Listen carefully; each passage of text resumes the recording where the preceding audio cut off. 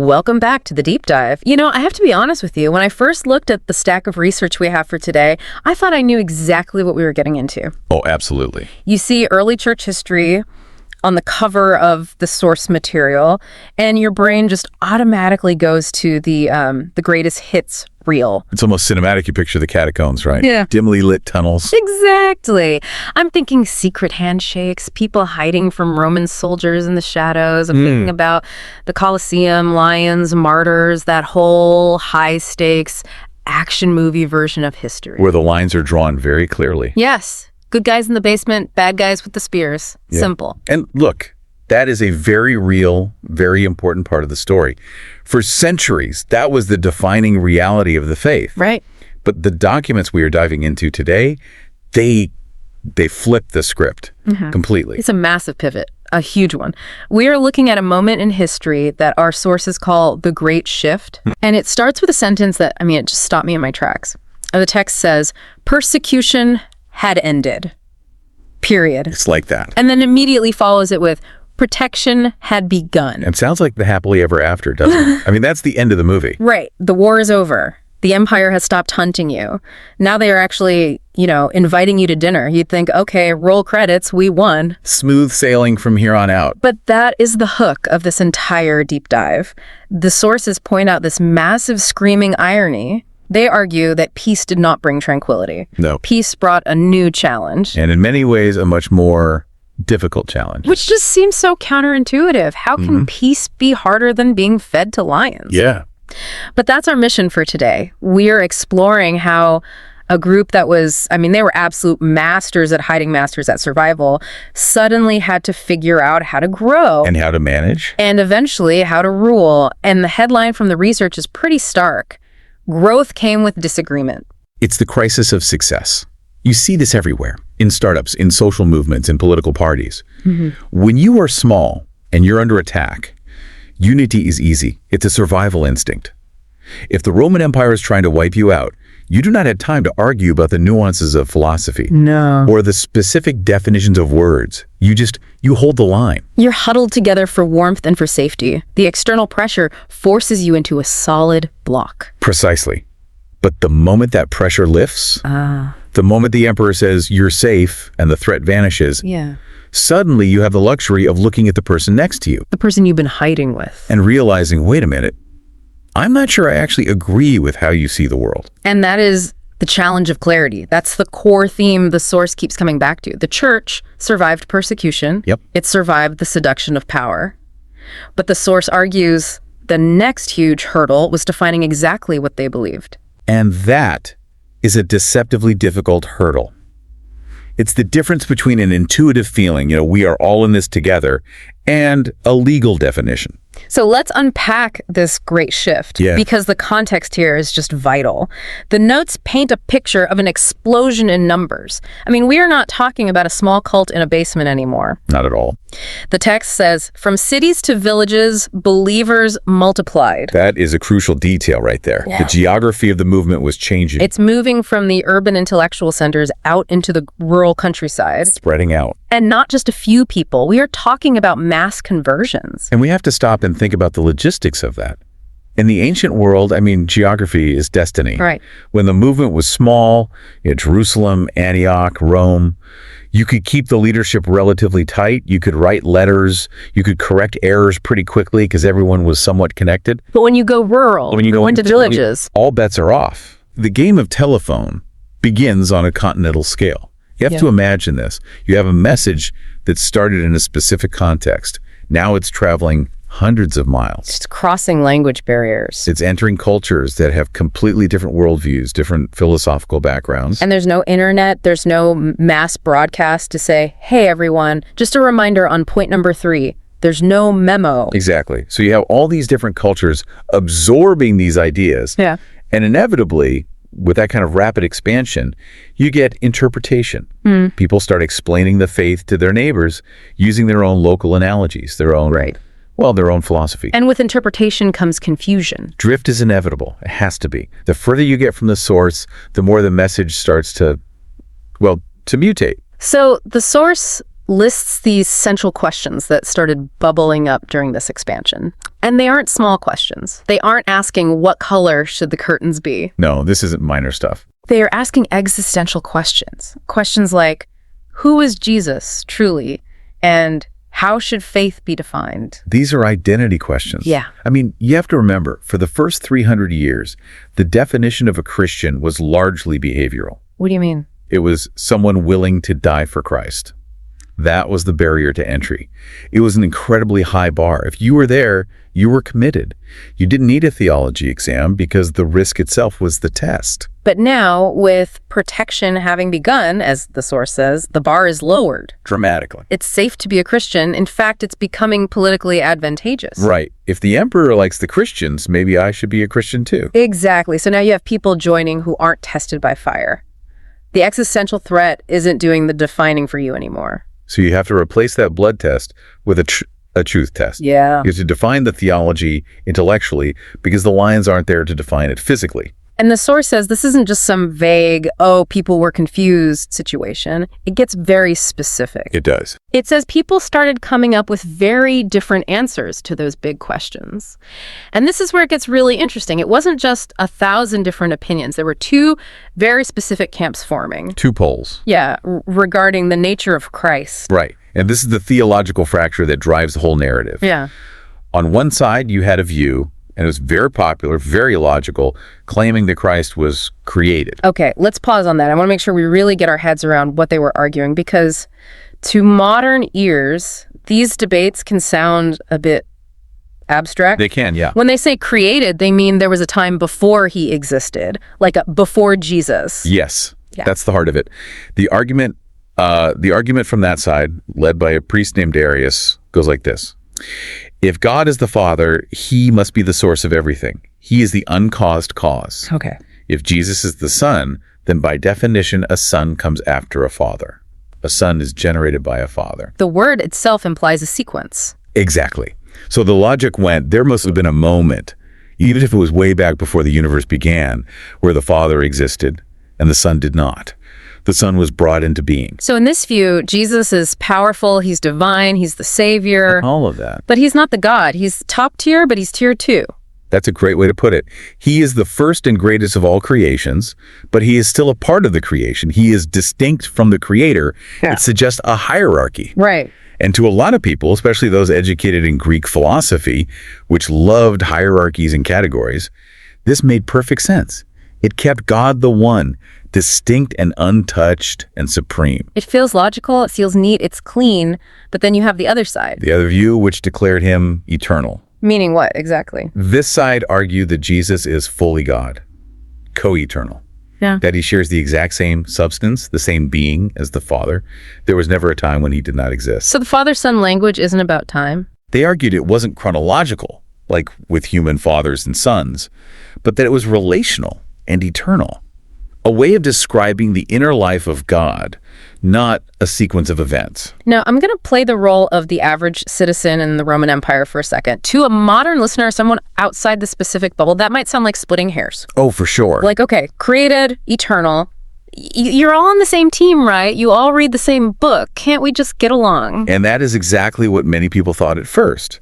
But the source says this was not just a polite debate in a classroom. It says confusion threatened unity. And here is why it mattered so much to them. It wasn't just wordplay. The stakes were enormous. What were the stakes? I mean, really? Okay, so if you take the created view, the Aryan view, then Jesus is technically a creature. A very exalted creature, sure, but a creature nonetheless.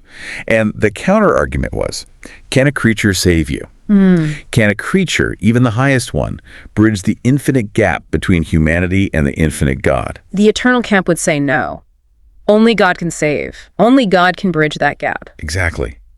If he's not fully God, then in their view, the whole mechanism of salvation falls apart. It doesn't work. But on the other hand, if he is fully God, and the Father is fully God, Are there two gods? you're risking polytheism. You're walking a theological high wire. So these questions, they strike right at the very heart of the monotheistic framework they were trying to build. Yes. If you get this wrong, in their eyes, you get everything wrong. It's the domino that knocks everything else over. And let's look at who was afraid here.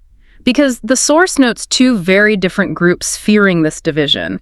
First, obviously, the church feared fracture. That makes sense. They don't want to split into a million pieces. But then it says the Roman Empire feared division. And that is the fascinating political layer that you cannot ignore. This is where history gets really, really spicy. Right, because why does the emperor care about theology? He's a soldier, he's a politician, he's not a priest. Well, Emperor Constantine had just spent years fighting brutal civil wars to unify the Roman Empire. The empire had been split, fractured, chaotic. He finally wins. He consolidates power. And he looks at Christianity, this growing, vibrant, disciplined network that survived all that persecution, and he thinks, this is it. This is the glue. He sees the church as a tool for political stability, a unifying force. One God, one emperor, one empire. It's a perfect slogan, a perfect model for unity. But then he looks over at his new glue, and what does he see? It's cracking. It's worse than cracking. It's exploding. Christians are literally fighting each other in the streets of Alexandria. There are riots. Bishops are excommunicating each other. The unifying force is becoming the #1 source of instability. So if the glue stops working... Then the empire starts shaking again. And Constantine, I mean, he doesn't necessarily care about the theological nuance of created versus eternal as much as the bishops do. He just wants it to stop. Exactly. In fact, we have letters from him basically telling them, can't you guys just agree to disagree? This seems trivial. Stop bickering. Which probably infuriated the bishops. Oh, absolutely. They're thinking trivial. This is everything. But he definitely cares if the cities are rioting. Division in the church meant instability in the empire. So the stakes are incredibly high. You have the spiritual integrity of the church on one side. And the political stability of the entire Roman world on the other. Both are hinging on this one question. Who is Jesus? A solution is needed urgently. You can't let this fester. You can't just send an email. You need a face-to-face. And that brings us to the call to assemble. The source sets the scene perfectly. The year is 325 AD, and leaders are called to gather in one specific place. Nicaea. Nicaea. A city in modern-day Turkey, not far from Constantinople. It was a central hub, relatively easy to get to. And the year 325 is so significant because it's just so soon after the persecution stopped. That's the thing that really blew my mind when I was reading through this. The source describes the attendees, and these aren't just academics in ivory towers. Yeah. These are bishops traveling from across the empire, from distant lands.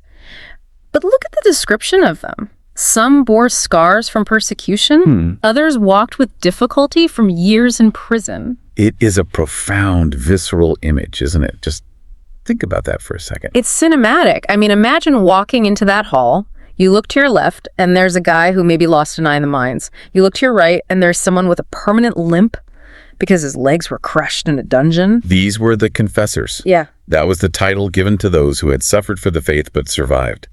We even know the names of some of them. Paphnutius of Egypt was there. He had lost an eye and had his hamstring cut for his faith. Wow. Another one, Paul of Caesarea, had his hands paralyzed because the Romans had burned the nerves with red-hot irons. These men were living testaments to the persecution. And now, here they are, walking into a grand palace, probably loaned to them by the emperor himself. The contrast is staggering.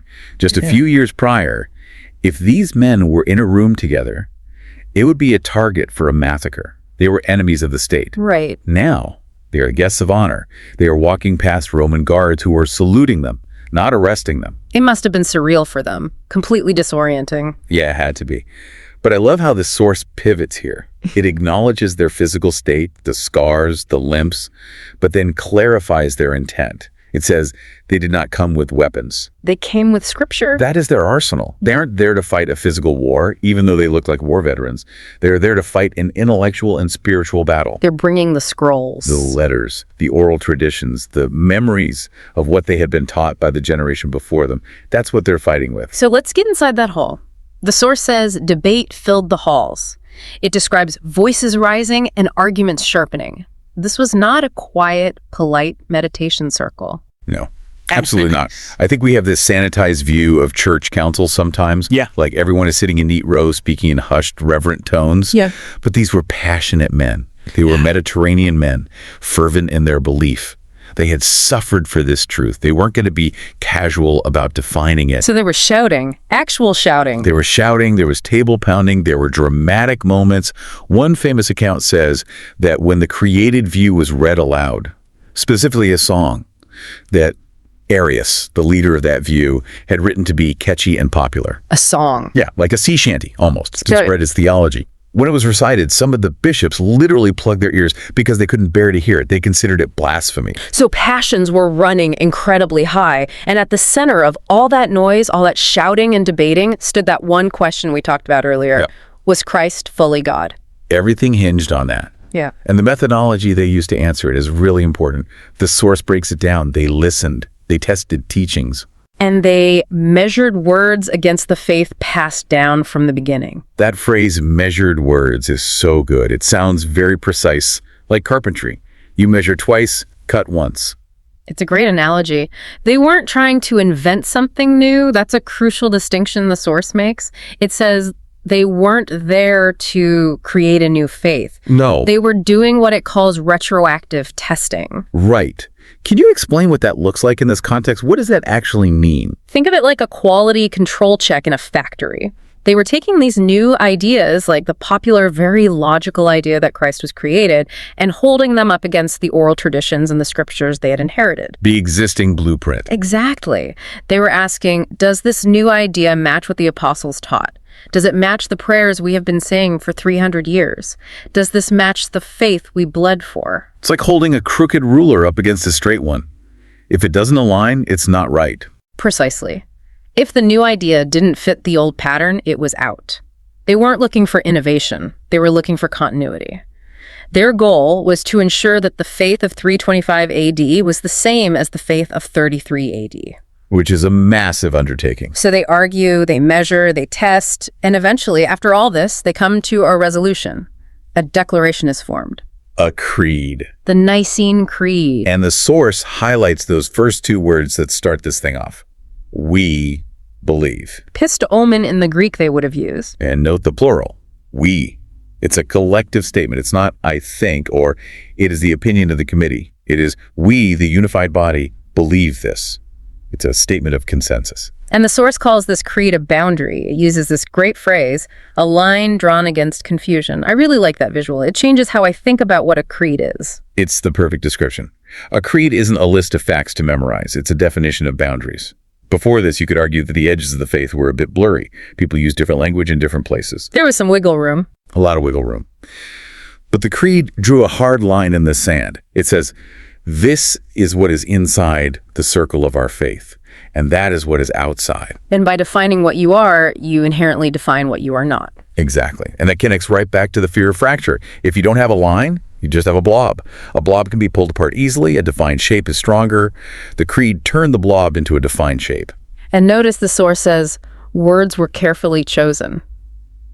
It implies a lot of drafting and redrafting, a lot of late nights. Oh, every single word in that document was fought over. Every adjective describing Jesus was placed there for a specific reason, to shut down the opposing view. It's like a legal contract where every clause is there because someone in the past tried to find a loophole. Can you give us an example of that, like a specific word? The best one is the Greek word homoousios. It means of the same substance or of one being. The Arian side could agree to almost anything else, that Jesus was like God or from God. Vague language. Very vague. But they could not agree to homoousios because that word meant there was no hierarchy. It meant Jesus and the Father were equally and fully God. It was the one word they couldn't twist, so it went in. So when the creed says God from God, light from light, true God from true God, begotten not made, consubstantial with the Father, that's homoousios, they are just hammering down the eternal argument. Yes. Why say true God from true God? To stop people from saying he was a lesser God? Why say begotten not made? To directly contradict the idea that he was created? It's a point-by-point rebuttal. It's basically a transcript of the counter-arguments they had just heard in the hall, but framed as a positive statement of belief. It is a systematic dismantling of the opposing view enshrined in a statement of faith. Truth clearly stated. That's what the source says. And then it makes this really profound observation about unity. It says unity was not found in power. It was found in belief. That is the takeaway. And it's a lesson for the emperor, too. The empire provided the power. The empire provided the building, the protection, the travel budget. But the emperor couldn't force them to agree. He actually tried, didn't he, to sort of broker a deal? He did. He suggested vague language. He wanted a compromise that everyone could sign so he could get back to running the empire peacefully. But the bishops wouldn't do it. Why not? They refused to water it down. Because you can't compromise on what you consider to be absolute eternal truth. A political solution would have been a spiritual disaster for them. Right. The unity had to come from a shared conviction. It had to be intellectual and spiritual agreement. Power can gather people in a room, but only belief can actually keep them together. If they had signed some flimsy political compromise, the church likely would have fractured anyway as soon as they all got home. The problem wouldn't have been solved. So this moment, this Council of Nicaea, it sets a massive precedent, doesn't it? The source says councils would continue, creeds would be refined. This was just the start of a new way of doing business. It became the mechanism for resolving crisis. This was the prototype. Before this, when there was a major disagreement, maybe you wrote a letter or you just split up. Now there was a process. Whenever a new question arose about the Holy Spirit, about the two natures of Christ, about the nature of humanity, the church would gather, debate, measure against the past, and refine the boundary. To guard the faith, to define truth, to preserve what had been entrusted. It creates a lineage of definition. It turns the faith from just a movement into an institution with a clear intellectual structure. And that brings us to the three survivals. I love how the source wraps this up.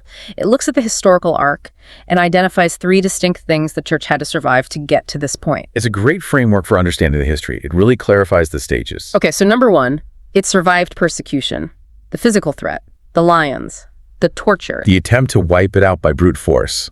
And ironically, that is often the easiest threat to identify and unite against. The enemy is clear, he has a sword, you run or you stand. Number two, it survived power. Which is often much, much harder to survive than persecution. How so? Power corrupts.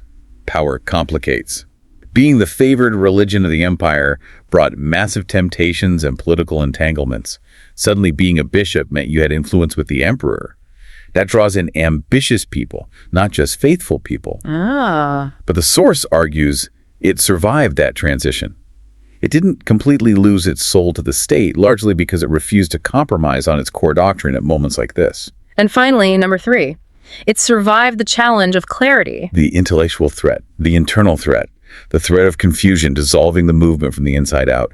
By establishing these councils and creeds, they built a structure that could handle disagreement without shattering. The faith was defined. That's the final verdict of the source. And that definition is what allowed it to endure.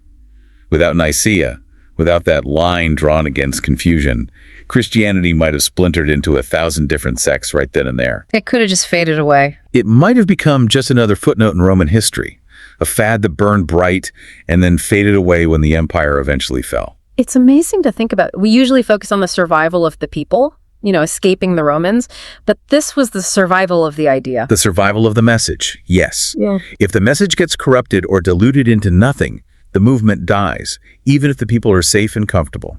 So let's just recap this journey for a moment. We started with the scars of prisoners, men who had been physically beaten down for what they believed.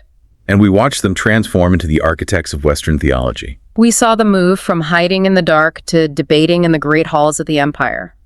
We saw the shift from a simple, raw need to survive to a complex, intellectual need to define. And we saw how words, carefully chosen, heavily debated words, became the tool that saved a growing global movement from fracturing into a million pieces. It really changes how you view a creed. It's not just a boring list of rules or a poem you recite on Sunday. No. It's a peace treaty. It's a wall built to keep chaos out. It's a fortress of logic and tradition, built under fire. Which leaves us with a final thought to mull over.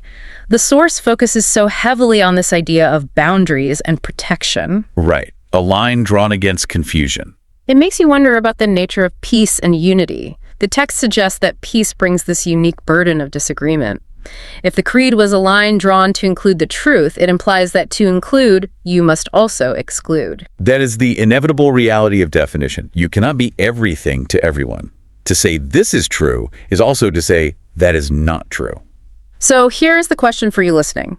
Does a movement need an external enemy to stay naturally united? Is that the only thing that works? Or is the careful choice of words, that difficult, painful act of drawing a hard line, the only way to survive the complexities of peace? Is exclusion necessary for survival? That's the heavy question. A very heavy question. Something to think about next time you hear the word creed. Thanks for joining us on The Deep Dive. Until next time.